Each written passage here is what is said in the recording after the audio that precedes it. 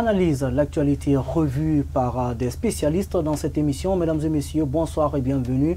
Nous partons avec les deux sujets au menu, des grèves en suspens dans le secteur éducatif guinéen. D'un côté, le SLEG, et de l'autre, le syndicat national autonome de l'enseignement supérieur et de la recherche scientifique.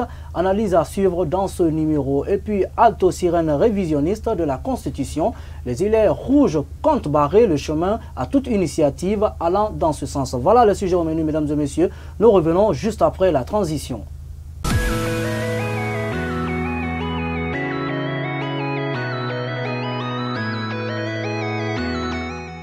Bonsoir à tous et bienvenue encore dans cette émission. Pour m'accompagner pour le tout premier sujet, la grève aujourd'hui menace encore le secteur éducatif, mais cette fois-ci, surtout au niveau de l'enseignement supérieur, nous avons en notre compagnie Lansana Yansane, secrétaire chargé des relations extérieures, en même temps secrétaire administratif du dit syndicat. Il est aussi porte-parole du syndicat autonome de l'enseignement supérieur. Bonsoir M. Yansane. Bonsoir M. Traoré. Voilà, bienvenue.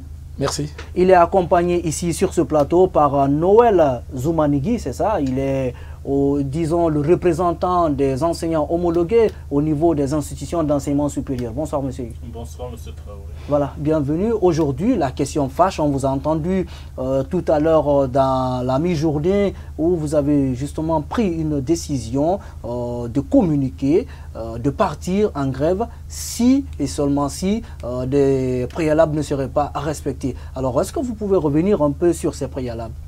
Merci. Ce n'est pas aujourd'hui que nous avons émis nos préalables, c'est depuis hier.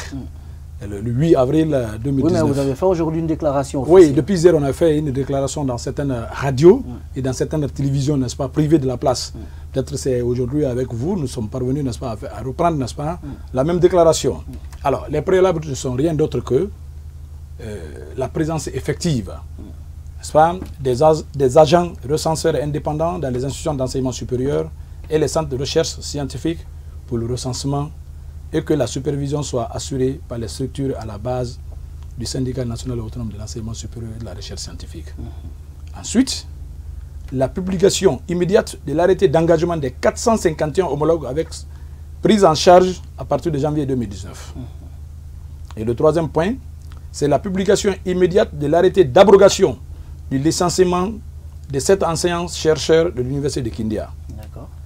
Ensuite, quatrième, le retour de l'arrêté conjoint 2356, MERS, ministère de l'économie et des finances, CAP, le 4 août 2017, portant revalorisation des primes, indemnités et avantages spéciaux accordés aux enseignants-chercheurs et chercheurs, des professeurs, maîtres de conférences, des directeurs de recherche et maîtres assistants chargés de recherche en tenant compte des assistants et attachés de recherche. Et cinquième point, la valorisation des primes, des heures supplémentaires, de vacations, des frais de mission d'enseignement. Et le sixième point, la bonification en grade, augmentation de 2 grades des détenteurs de master de 2A et des diplômes équivalents pour encourager la formation. Voilà, en tout cas, beaucoup de préalables, c'est certainement, nous allons continuer. Nous avons au nombre de 13. 13 préalables. Aujourd'hui, vous vous insurgez contre quoi, finalement? Nous insurgeons, comment on appelle ça? Nous nous levons contre la présence des éléments d'une autre structure syndicale dans le cadre de recensement au niveau de l'enseignement supérieur. Nous avons dit que nous sommes ouverts à tout recensement qui peut s'opérer au niveau de l'enseignement supérieur. Seulement et seulement que cela soit fait avec des indépendants qui sont des agents assermentés et aguerris en la matière.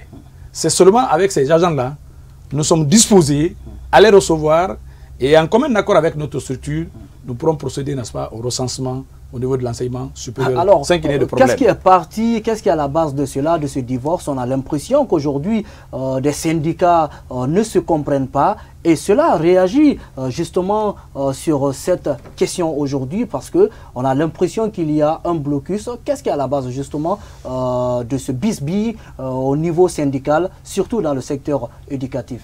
Bon, à notre entendement, il n'y a pas de blocage.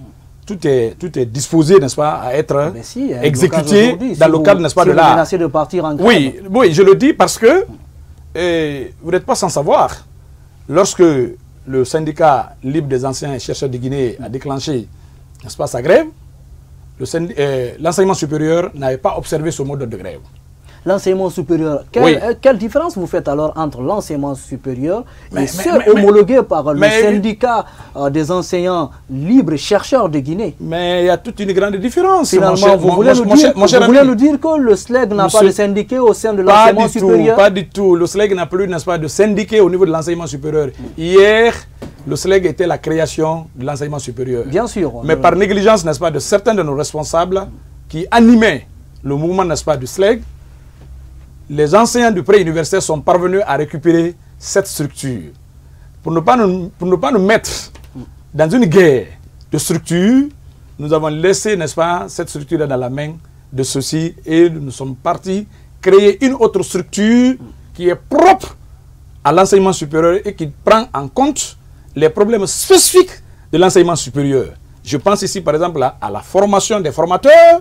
Je pense ici, par exemple, à la recherche. Je pense ici, par exemple, à l'équipement des laboratoires. Et que sais-je encore? Alors, c'est des problèmes, n'est-ce pas, qui sont très spécifiques à l'enseignement supérieur, qui n'ont rien à voir, n'est-ce pas, avec l'enseignement préuniversitaire. Alors, pour vous, il y a, disons, une différence aujourd'hui entre l'enseignement préuniversitaire et supérieur. Mais bien sûr, il y a une différence. Les syndicats libres des enseignants chercheurs de Guinée ne sont pas aujourd'hui cette structure syndicale qui représente valablement les syndiqués au niveau de l'enseignement supérieur. Pas du tout. Je l'ai dit et je le redis encore que le SLEG n'a pas de représentant au niveau de l'enseignement supérieur aujourd'hui.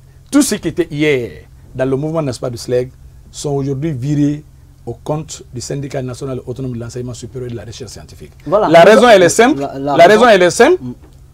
Vous avez assisté à la grève, n'est-ce pas, du SLEG ici. Une grève qui a duré au moins 3 mois.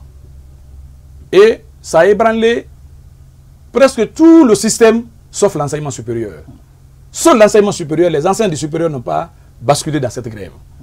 C'est pour vous dire ici que le SLEG n'a pas de représentant, n'a pas de base au niveau de l'enseignement supérieur.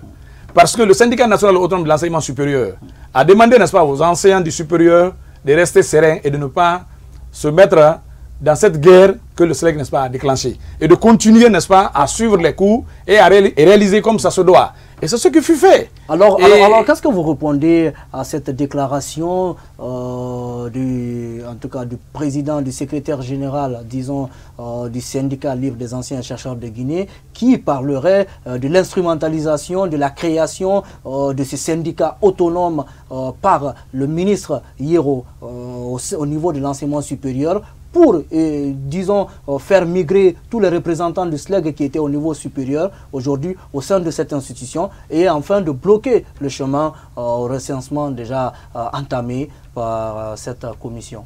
Monsieur Traoré, oui, monsieur comme disait Joseph Kizerbo, quand on ne connaît pas ce qu'on cherche, on ne comprendra pas ce qu'on va trouver.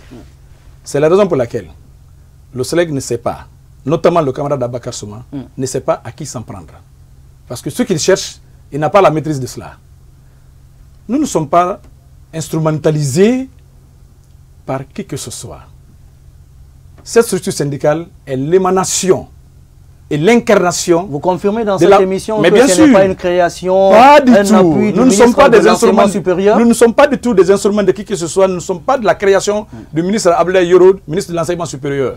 C'est l'émanation et l'incarnation de l'ensemble des enseignants chercheurs de l'enseignement supérieur. Enseignants titulaires au niveau de l'enseignement supérieur dans cette émission. Nous allons prendre aussi langue certainement avec Noël Zoumaniki qui est du côté de, en tout cas qui représente les enseignants homologués au niveau de l'enseignement supérieur aujourd'hui. Quelle réaction? Est-ce que c'est une crainte aujourd'hui pour vous que le SLEG arrive au niveau de l'enseignement supérieur, faire, disons des enquêtes pour déterminer qui est engagé et qui ne l'est pas? Vous vous sentez menacé par cela pour accompagner aujourd'hui, disons, le syndicat de l'enseignement autonome des enseignants et chercheurs du supérieur?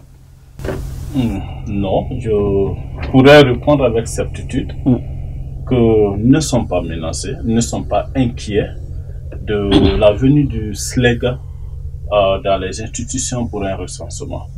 Nous, les homologues, au fait, nous sommes sur la liste 451 pour l'engagement. Mais si je vais un peu dans la petite histoire, au début, après l'engagement précédent de 2017, nous étions 48 qui n'étaient pas engagés.